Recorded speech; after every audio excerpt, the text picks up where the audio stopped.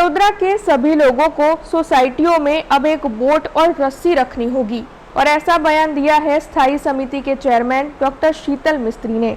स्थायी समिति के चेयरमैन डॉक्टर शीतल मिस्त्री के इस बयान पर हंसे या फिर रोष जताए, ये समझ में ही नहीं आ रहा है। वडोदरा की जनता की ओर से बाढ़ की परिस्थिति के बाद लगातार प्रशासन के खिलाफ रोष जताया जा रहा है। तब इस मामले में स्थायी समिति के चेयरमैन डॉक्टर शीतल मिस्त्री ने अब जो प्रतिक्रिया दी है वो सुनने लायक है। उनका ये कहना है कि क्लाइमेट चेंज की वजह से बारिश गिरती है, इसीलिए नागरिकों को प्रशासन पर आरोप लगाने की बजाय अपनी ओर से तैयारी रखनी चाहिए।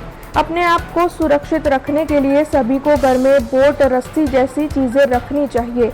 वैसे आपको बता दें कि बाढ़ की परिस्थिति के मद्देनजर मुख्यमंत्री की ओर से आने वाले वक्त के प्रोजेक्ट के लिए जो भी खर्च हो उसे देने की तैयारी दिखाई है, लेकिन ये प्रोजेक्ट तैयार ना हो तब तक बारिश के आने के मद्देनजर आम जनता को ही अपना ख्याल रखना होगा, ऐसा स्थायी समिति के चेयरमैन डॉक्टर शीतल मिस्त्री का कहना है।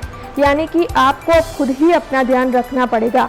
वडोदरा महानगर पालिका के भरोसे रहे तो फिर आपका नुकसान ही होगा।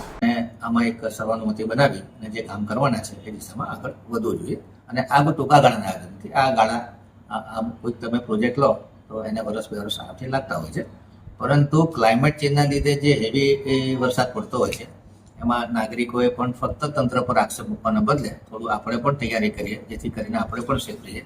કે ઘરમાં એકાદ ટ્યુબ રાખીએ કે સોસાયટી મોટી સોસાયટી હોય તો એકાદ તરફની વ્યવસ્થા કરે કે ઇમરજન્સી લાઇટ રાખે કે દોરડા રાખે। તો જ્યાં સુધી આ પ્રોજેક્ટ ના થાય ત્યાં સુધી આપણે પણ આ હેવી વરસાદ જોડે લેતા શીખવું પડશે અને કોર્પોરેશનને પણ ડિઝાસ્ટર પ્રિપેરનેસ માટે તમામ તૈયારી करनी पड़े। हमसे जुड़े रहने के लिए हमारे YouTube चैनल को सब्सक्राइब करें और नई वीडियो की नोटिफिकेशन के लिए बेल आइकॉन को दबाएं।